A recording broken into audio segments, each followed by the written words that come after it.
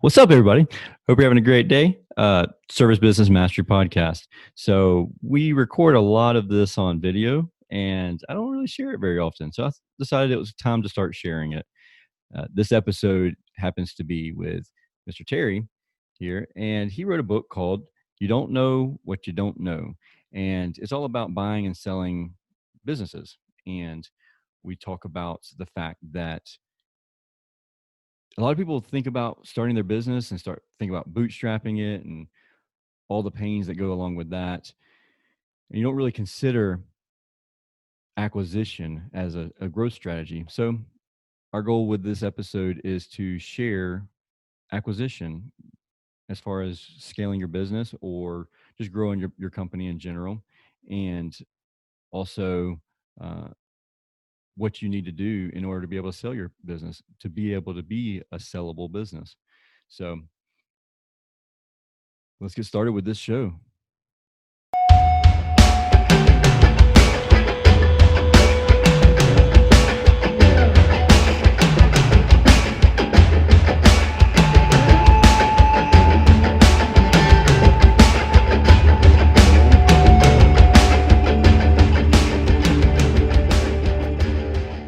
What's up, everybody? Really quick, I want to interrupt the show to tell you a little bit about our sponsor, Thermogrid. They make this show a possibility, and I want to send a huge shout out to them. Thermogrid, they've got your back. And CRM service, but more than that, check them out. If you're interested in CRMs, metrics, growing your business, being profitable, they have a guarantee. Click the link in the show notes. Thermogrid. So welcome to the Service Business Mastery Podcast. I'm your host, Tersh Blissett. Today's episode, we're going to talk a little bit about acquisitions and a little bit about preparing yourself if you either are wanting to acquire a company or be acquired by someone else. I'm super excited to welcome Terry Lammers to the show. He's a certified valuation analyst and co-founder, managing member of Innovative Business Advisors. He was the president and owner of Tri-County Petroleum for 20 plus years before joining Regions Bank as VP of Commercial Banking. That's a kind of a cool transition from owner to VP of Commercial Banking after selling his business in 2010.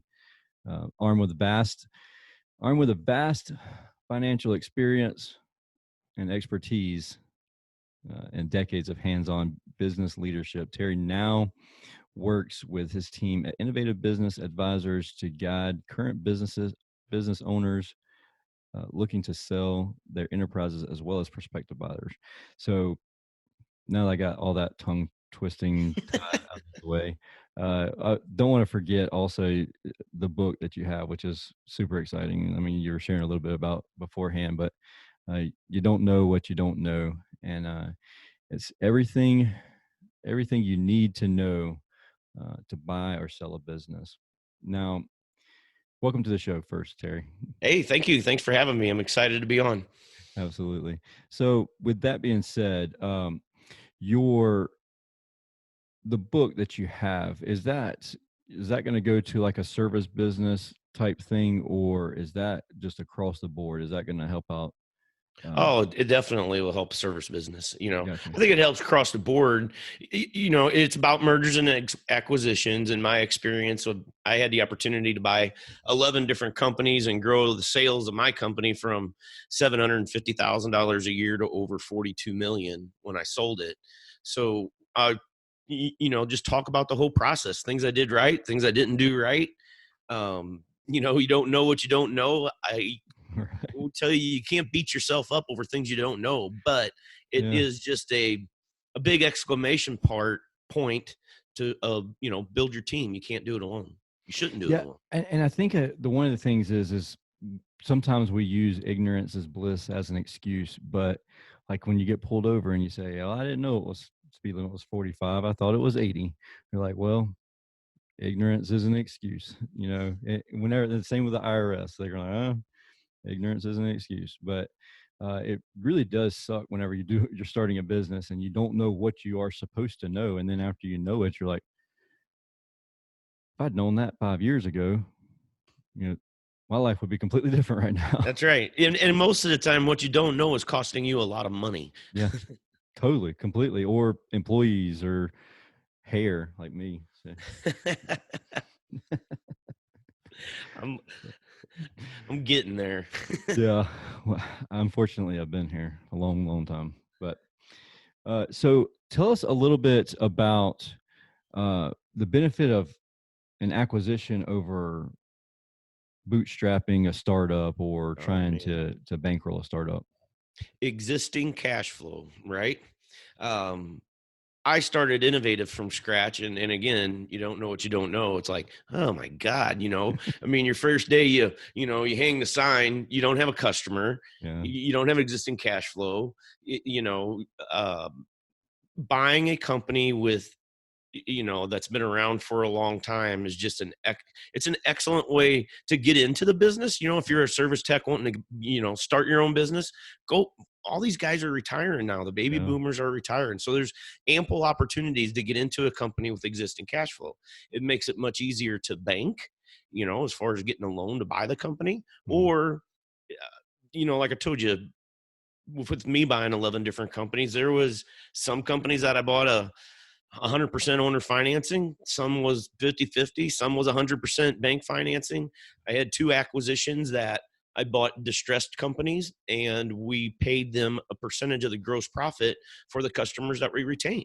So, So with so um whenever you purchase that, when if say it's a service tech wanting to purchase a business, the the current business owner, should they expect that person to stay or leave, or how does that work? Is there like resentment from the other people? Like I imagine that. there's a lot of situations. When I sold my company, I had 3 former owners that still worked for me.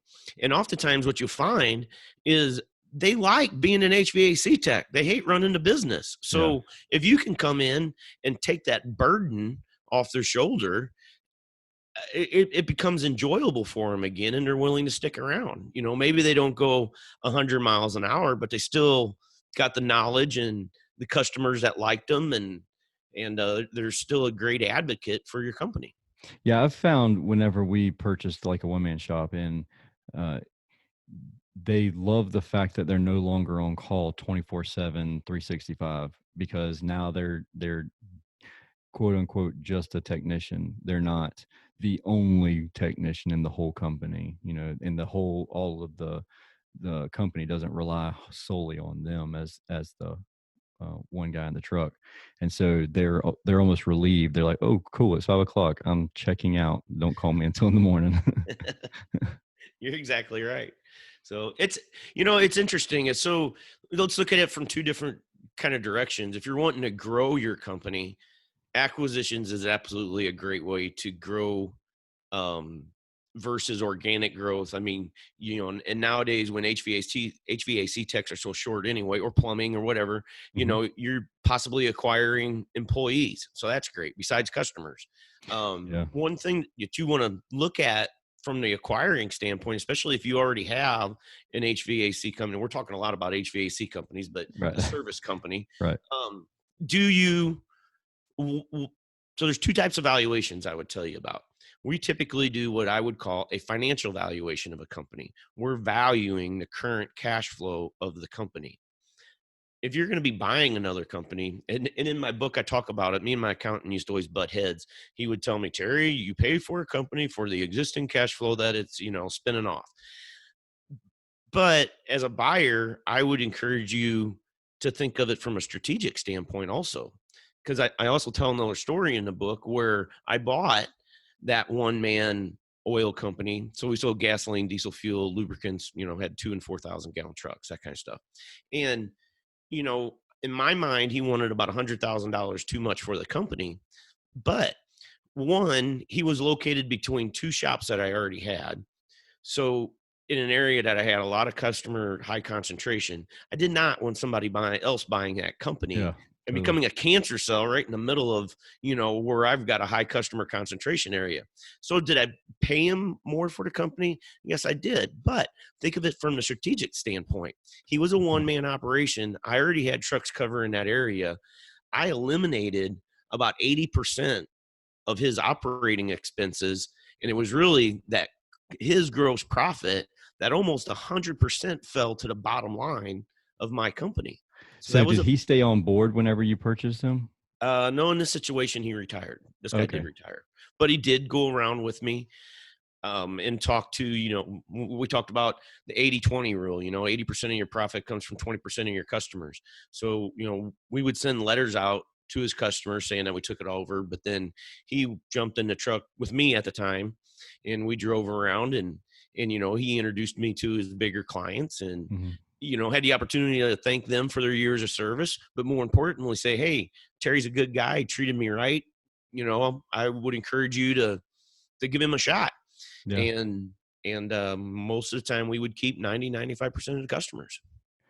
That's really cool. That's the thing that scares me the most is, like, if I go into a big acquisition and I'm saying that I'm going to put out potentially, $1 million, $500,000. I mean, even $250,000 is a lot of money. And then you have, what happens if all the customers leave? Obviously, there's a non-compete, or some sort of non-compete clause in there that they can't, start up another business next door. But what happens if they just, like, poof, gone? Yeah, I mean that is, and that's a worry. So there's a lot of different ways to structure the purchase of the company. So the Mhm. one company that I purchased was about 60 miles away from me, and the owner was planning on to continue working for me, but he just couldn't. He was going broke by himself. So he's the second one that I paid a percentage of the customers that we kept, Mhm. because if he quit on me, I didn't know, we're in a very rural area. I didn't know Yeah. where all these, back then you didn't have road names for your country roads. So I wasn't going to find these customers. So we structured the sale of the company that those customers had to stay or he wasn't getting paid. Do you still see that happening today? I mean, you said that was many years ago, but how relevant is something like that to today's? Because of, obviously you have Google and all that stuff, so you Yeah. have email and digital marketing that you can reach out. It is not unusual at all to see the owner do some sort of financing. It is not unusual at all to put some kind of hurdles into a contract that, if I don't achieve X, then you're not getting Y. Hmm. That takes us as much on the seller's kind of too, because, Right. how are you going to run my company? Well, if you don't Right. run it right, it ain't my fault you didn't achieve the sales. Right. When I sold my company, they held back nearly a seven-figure number with no attachments to it, but just to keep my attention to help them transition the business over. Yeah, and that's what I was kind of thinking too, was the fact that you, as the seller, if you're going to sign your name on that clause, and then they don't come in, and, like, they have a horrible sales process, or they come in and they come into town and they instantly get a bad reputation or ruin your reputation, uh you know Yeah. you're responsible Well, for all of it. and that kind of goes to the term of the book too. You don't know what you don't know. Right. Um, if you're out there and you're wanting to buy a company, or, whether it's your first one or existing one, another big thing that I would tell you is right out of the gate, don't make a lot of changes. Even if it pains you to see the way the previous person was doing it, Yeah. let those customers get used to you. Let them see your face a little bit, and then whether it's 3 or 4 months or 6 months down the road, I think in the book I say a year, then start making the changes that you want to make. But let them gain your trust. But now I would say there's a flip side to that. Sometimes you need to go talk to the customer, because it's kind of makes you go grr, because the guy, he had a customer you just acquired quit because he didn't like the way the other guy was doing it. So Oh, yeah, good point. Yeah. So what about, what if their pricing structure is just all kinds of screwed up? Like you're basically buying a company and they can't make money because their pricing is all kinds of screwed up, but you know how to price it. You know the pricing structure needs to be, and you're probably going to lose some clients because you're going to have to maybe double or triple what they're charging currently, or completely change the pricing structure completely.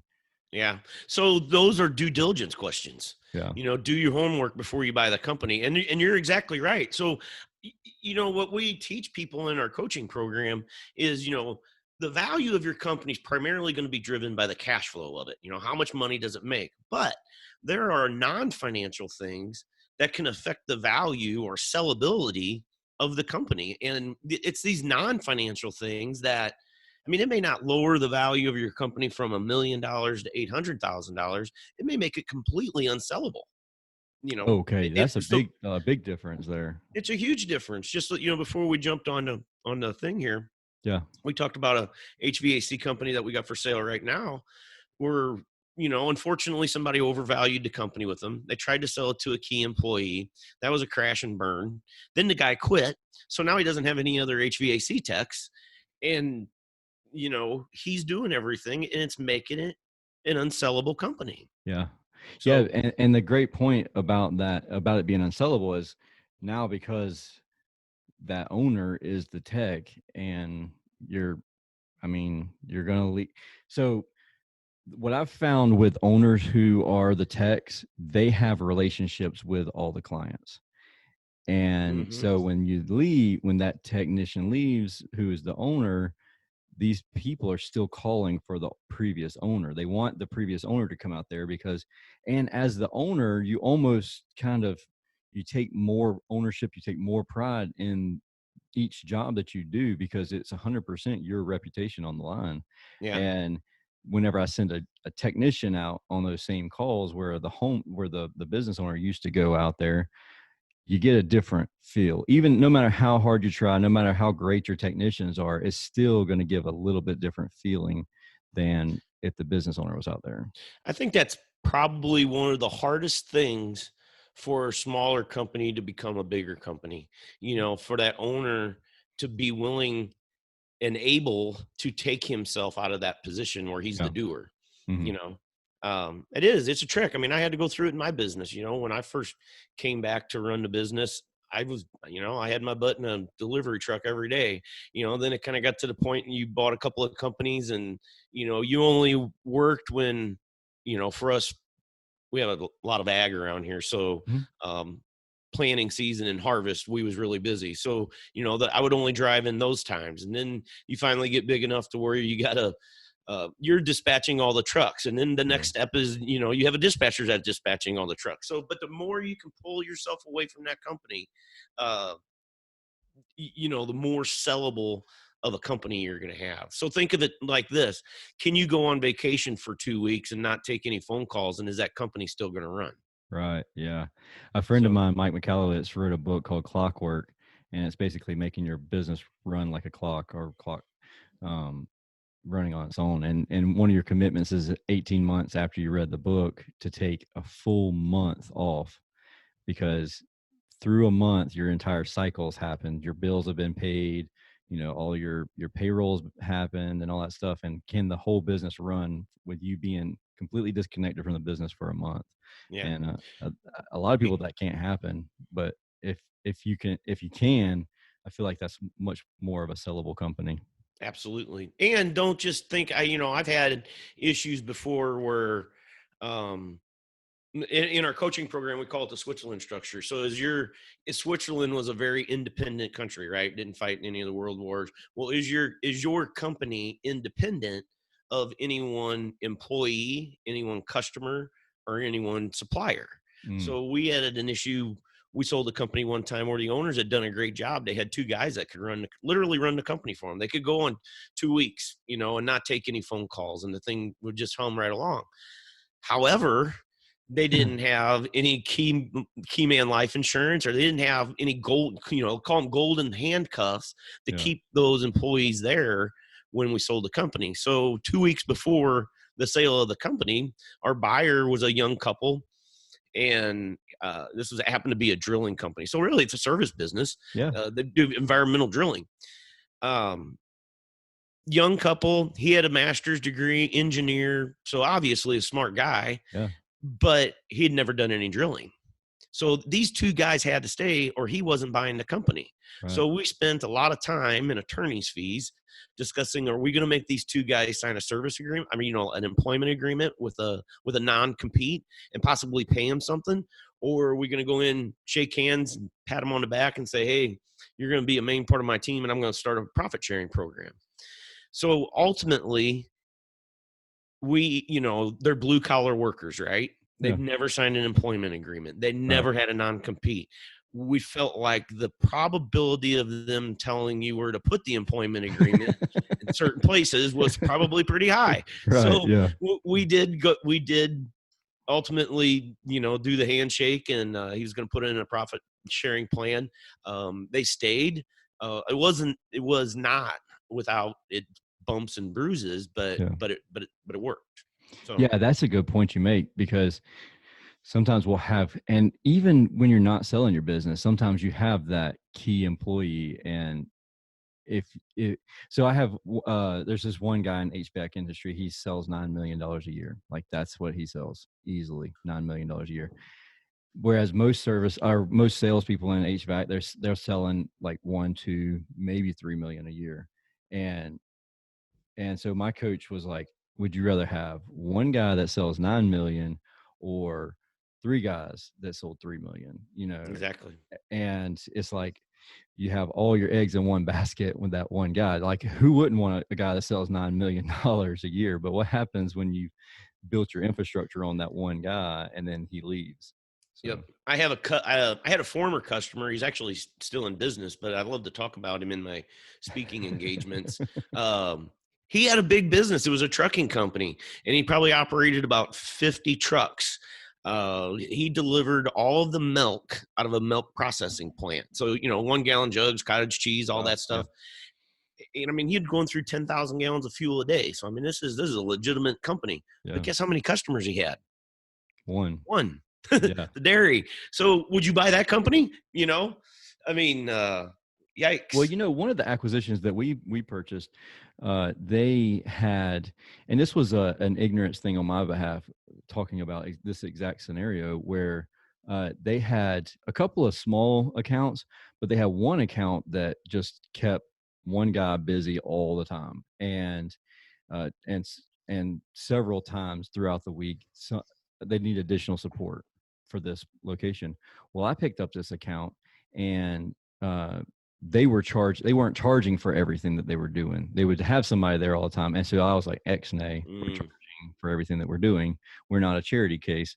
And within months, they were like, all right, we're good. We're going to go find somebody else. And I'm like, yeah, we lost that one account that was their big revenue generator. So you would call that customer concentration.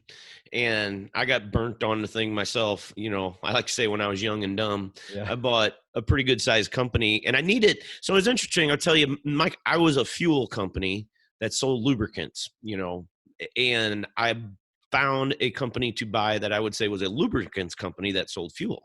And more importantly, he had a bulk oil packaging facility, which I sorely needed. I was operating out of my old calf shed. And I'm a country boy, so shit. I wasn't gonna say anything. You're good. You just had a blank look on your face. No, but you just see it on my face. He serviced a mine, and that was probably his largest bulk oil account. And I naively was like, "Oh, the mine's never going to close, right?" Well, 3 years after I bought it, the mine closed. So yeah, you can get burnt on that. But so there's always ways you can get burnt. But here's a couple of other things that I've had happen recently that's really important for your listeners to know. One, acquiring another company is a great way to expand yourself geographically. Yeah. But I had a company, so we have an HVAC company for sale right now. And I called a guy in an adjacent town, and he said, why would I want to buy another HVAC company in an area that I 100% cover where he's at currently?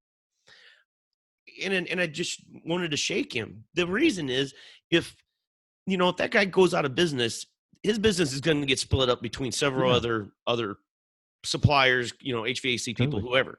But if you go to him and pay him a fair price for the company, and you and I was also talking about, you can get some really good deals buying companies, Yeah. and he goes around and tells his current customers that, buy from you, you may be able to keep 95% of those customers. And what's that worth to you over the long period of time? Yeah. So what would you say? Because I've had some people tell me before, like, now these are well established companies.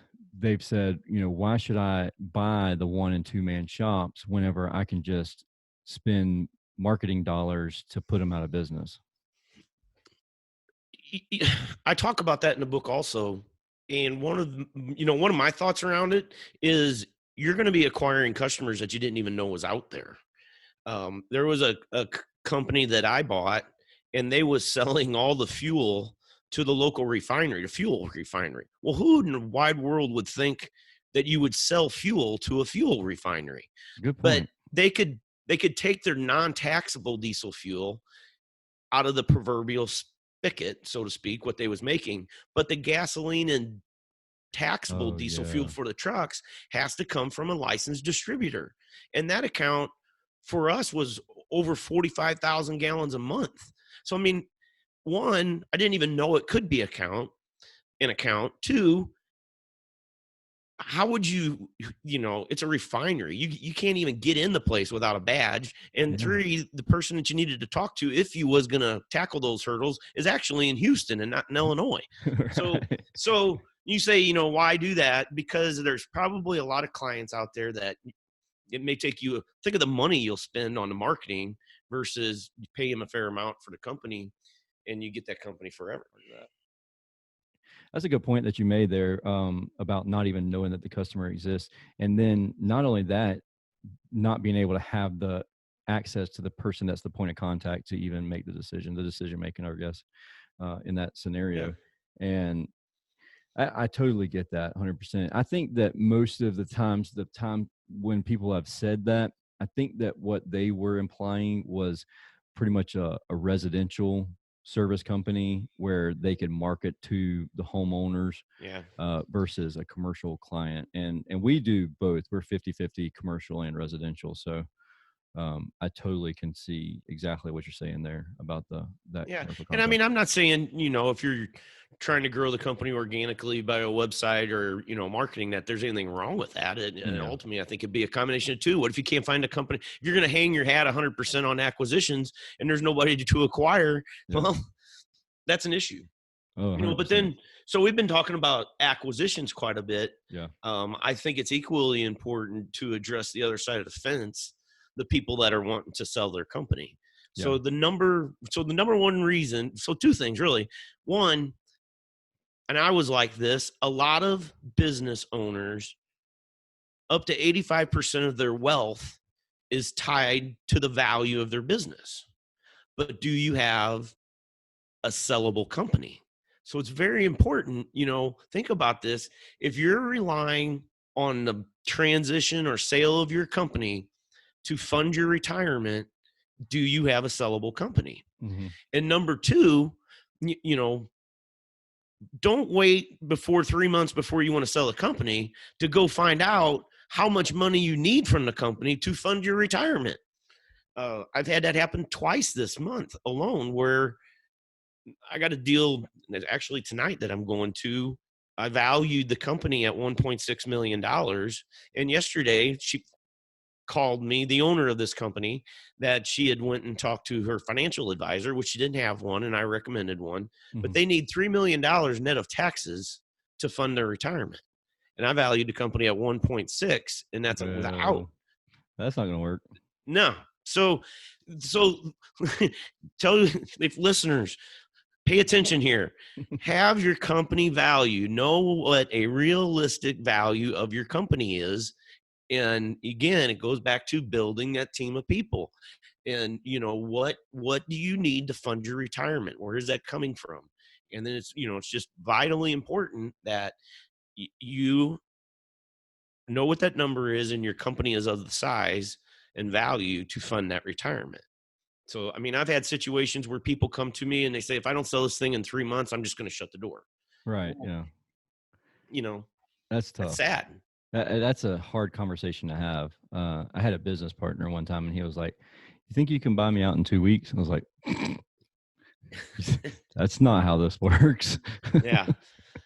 But that being said, if you have your ducks in a row, it can happen pretty quick. I sold my Right. company, $45 million a year in sales. From the time we signed a letter of intent to the time we closed was 6 weeks.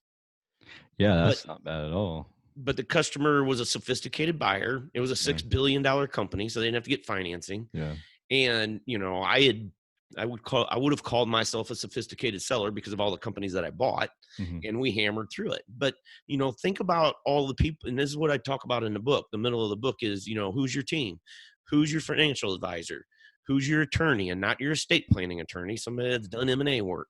Yeah. Do you need a banker, and do they do M&A transact, or I guess what I should say is, do they lend money to the type of business that you're in? If you got carpenters listening to your show, you said a lot of banks don't want to fund construction companies. Really? So, yeah, definitely. So are you at the right bank?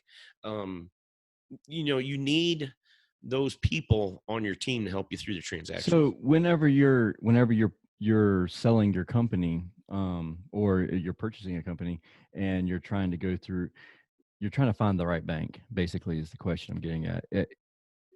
If you go the SBA route, like they would match you up with the right bank, right? And also, what's your thoughts on yay or nay SBA type Uh, loan? Especially in the service business, the SBA is where you get a lot of loans done. That's a very interesting question. Here in St. Louis, there is a ton of SBA banks. So if you're going to go with the SBA route, go to a bank, whether it's local or there's a lot of there's SBA things all over, but go to a bank that does SBA loans. They'll know Hmm. how to get the paperwork done.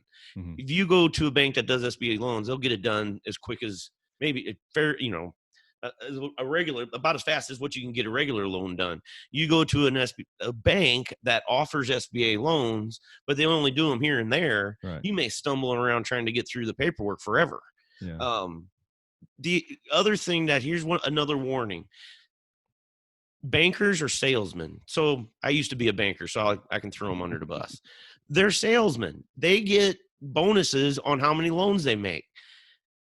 In an SBA loan, you can stretch the amortization, how long it takes you to pay that loan off, to 10 years. Where I see that a bank is selling you a loan is where the company's been overvalued. They put you on a 10-year amortization schedule, and it barely meets what's called a debt service coverage ratio. It's basically a ratio of, is there enough cash flow to pay for that loan? Um, that's a word of caution. Now, I tell people all the time, How do you know if that's you, if you're getting stuck in that scenario? your CPA. One, hopefully you have a banker that understands it, because believe me, when I worked at the bank I worked at, there's some of them guys, they were just paper chasers. They didn't know anything about finance. Yeah. But that's why you need a good CPA to help you through that. But you ought to be able to pay for that company. I'm going to say in 5 years, there should be Yeah. enough cash flow there to support you getting a salary and to pay for the company in 5 years. Now, if you want to do the SBA route and get a 10-year loan, your loan payment's going to be much smaller. There's nothing wrong with that. What I tell people all the time is, for the first 2 or 3 years, take that lower payment, stuff some cash away. And then when you feel like, you got sufficient working capital to survive a rainy day, so to speak, then go chomp it off and pay, because there's no prepayment penalty. So then go and try and pay it off as quick as you can, if you'd like. But you want to make sure, you build yourself a cushion. Is there a benefit to paying it off early other than peace of mind? I mean, peace So of mind, let's say you interest. squirrel away some cash, like you said, you keep some cash for a rainy day fund, even if it's 2 years worth of cash flow. I mean, like 2 years worth of overhead expenses, like something crazy. If you had that put away and then you just ran it out for the low payments for 10 years, if you were planning on keeping the business for that long. It all Would depends on what your goal is, So I love this term, and I use it in a book, and I talk about it. What's your bankability? yeah. Because another thing, uh, I'm in the process of doing a website for the book, and we'll have it on there. You need a debt schedule. What is your total payments? So if I say your debt service coverage ratio, ideally ought to be 2, that means you have $2 in income for every dollar worth of debt. A bank's minimum is typically 1.25, $1.25 in income for every dollar's worth of debt. But man, that's a very leveraged loan. If your debt service coverage ratio is, up in that 2 range or higher, chomp it off and save yourself the interest expense. If Okay. So if you that's want to what you buy were another, saying, that interest yeah, that what yeah. So about whenever you're trying to purchase, like if you're going through a system where you're trying to scale your business up, and so you're wanting to purchase more and more and more businesses, is it advantageous to get that initial loan paid off to get more loans, or are they going to see, well, that particular business is paying for its own loan, so we can like net we can ex-nay that and null it out. You're trying to promote my book, aren't you? No, but I talk about it. So when I first started buying companies, it's all about your bankability. And there's, in the book, in that chapter, I talk about there's basically 2 sides to every loan: cash, and this is as simple as it gets: cash flow and collateral. If you don't pay it back, what am I going to take of yours that will make me whole? And cash flow, how much cash is flowing for your company to make the payments on this loan? So when I first started buying companies, the first company I bought, I had to do owner financing because I didn't have the collateral or cash flow to Uh-huh. buy it. The owner had faith in me. We bought it, paid it off in 5 years, everything's hunky dory. Then I would still have kind of a banking issue to get those loans because the bank didn't want to look at the cash flow from the company that I was going to buy to help service the debt of that loan because you didn't have any sales contracts with them. What if the customers flee?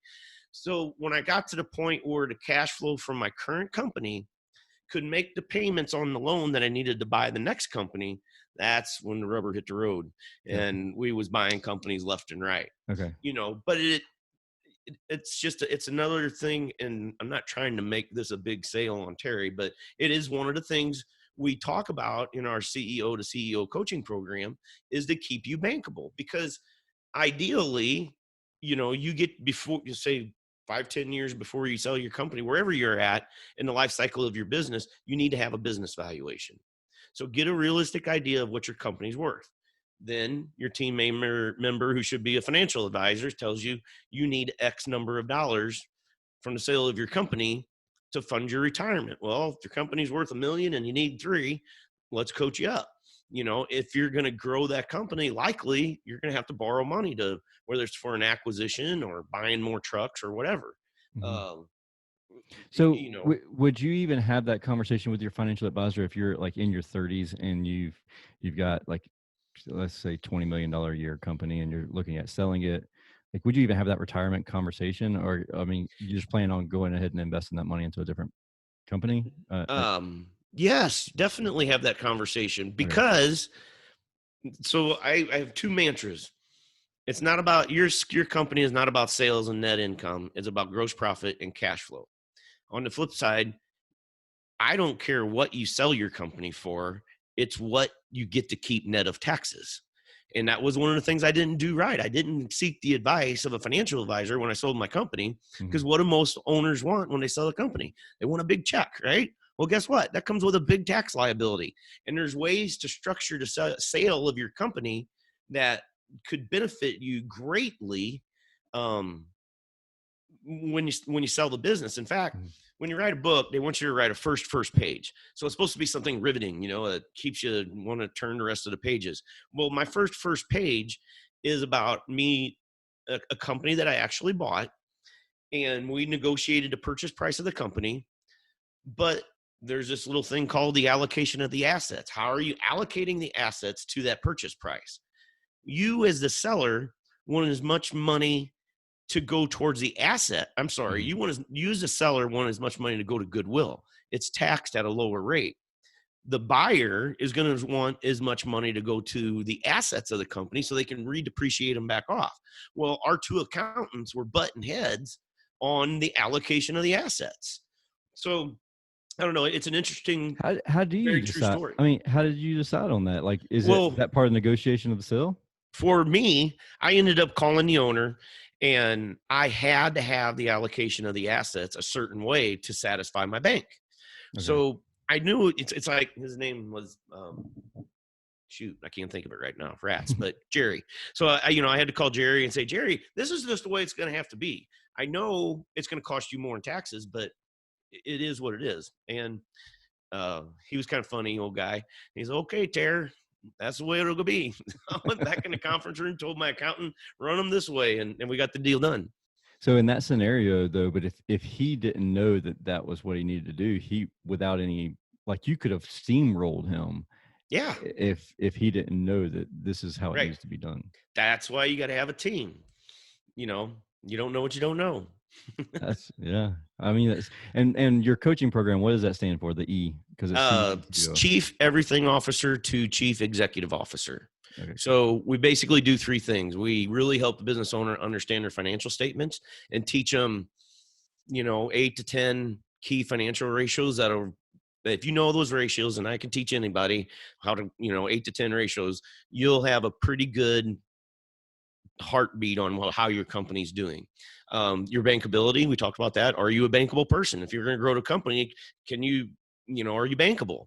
And it's not just I got funny stories around that too. And then the third thing is the non-financial things that affect the value of your company. So we do that in one-to-one coaching and or small groups of 5. So Cool. That's really cool. So yeah. how did they get in touch with you to do that? Website is www.innovativeboyapple.com. My phone number is 618-530-8922. I'm also on LinkedIn, Facebook. You'll find me all over the place. Cool. Anything else that we want to add other than pick up your copy of the book? It's a quick read. How many pages is it? It doesn't look terribly thick. No, it's not. It takes me maybe about 3 hours to go through. It's only about 130 pages. So, Oh, yeah. But at the end of each chapter, there's questions. And believe me, writing a book was a painful thing for me. But the last thing I did was that's called Check Yourself. It's basically questions that talk about the chapter. So that, says describe the importance of a good management team. Well, that goes back to, that's a non-financial thing. I just happen to flip that can affect the value of the company. Do you have a management team? Right. But when I was writing those questions, that's when it was kind of like the aha moment. It's like, Right, you know what, if you read this book and you know the answer to these 75 questions, you'll learn something. So I think we're going to have that available free. There will be a website for the book, www.youdon'tknowwhatyoudon'tknow.com. That's up and coming, and that'll be something, those questions is something you can download for free. But the book's available on Amazon and Kindle right now. Perfect. Cool. So, is there anything I didn't ask that we just got to get it out there? I think we could do 3 or 4 episodes just on this. Honestly, I'm right there with you. So I love acquisitions. I think it's just very important. If you're a current business owner, God, I could tell you most reasons businesses don't sell is because they're overvalued. You have to have a bankable deal. Mm-hmm. Could you get that great big multiple from a strategic purchase? Yeah, it's possible. I mean, I did. But you need to have a little bit of a realistic idea also in case you don't hit a home run like that. So yeah, and it wasn't like you just decided one day to just sell your business. Like you had some sort of plan outright. I did. Well, I had some, and that's what led me down to the path that I'm doing now, valuing businesses, because, in 2010, and it was like 2008 when I started this process, fuel's $4 a gallon. And let me tell you, you don't have a lot of friends when fuel's $4 a gallon. And 3,000 local customers, the key word being local there. Local. I had to hide. Yeah. But I had somebody value the company and they told me the value of it. And, I was fortunate. I was like, oh, Jesus, if you can get that far, I'm done. Yeah. I'm done. But the tragic thing is, and I tell another story in the book where people think the company's worth 3 times what it's really worth. And, they're already 65, 68 years old and want to retire, but they can't. Mm-hmm. I mean, that's sad. Yeah, and the crazy thing is like in the different groups that we're a part of on Facebook and LinkedIn, I see some wild numbers. They're like, and like they'll say, "Well, I sold my business for this amount," or "I was valued for this amount," and they're like, "Well, if you can sell it for that much, have at it." But Yeah. I probably, was a strategic, I was the largest privately held wholesale fuel and lubricants person in Southern Illinois. And I was a very strategic buy for the company that bought me. And, and one of the things I didn't know about until I sold the company was they needed my lubricants packaging facility. They had just bought a blending facility and they wanted to get in the bulk oil business in Southern Illinois. Well, if they started from scratch, there we go, talking about starting a company yeah. from scratch, you got a long road to hoe to Hmm. get to where you get a viable thing. If they bought me out, now they have a 500,000 gallons in lubricant sales and a packaging facility, which they needed. So, Yeah. so I was a very strategic target. So make yourself strategic. Yeah. Make yourself a target. And Cool. oftentimes those are non-financial things that are going on in the company. Yeah. So I fun like it. topic. Yeah, absolutely. Cool. Well, if you found value in this episode, please, if you're listening, share this content with friends and family. Uh, and also, if you're listening to this on your phone, take a screenshot of it, share it on social media, LinkedIn, Facebook, Instagram, especially in Instagram stories, and tag me in it. If we're not Oh, connected, then I'd love to connect. Oh yeah, Terry, what you got? one more thing. If you need a speaker for your association or trade group, I'm happy to do it. Oh yeah, sweet. So get in contact with Terry. He's a guy full of a wealth of knowledge. His resume is extremely long, and I didn't even read half of it in the intro because there's just you have so much going on, Terry. And I really I appreciate you coming on the show, and I've already ordered my books. So once the new books are out, I want to get some of those also, and I look forward to learning more about you and from you. And I look forward to talking to you again soon on the Service Business Mastery Podcast, the podcast focused on service business owners, managers, and technicians who are considering becoming business owners themselves. Until next time, we'll talk again soon. Be good.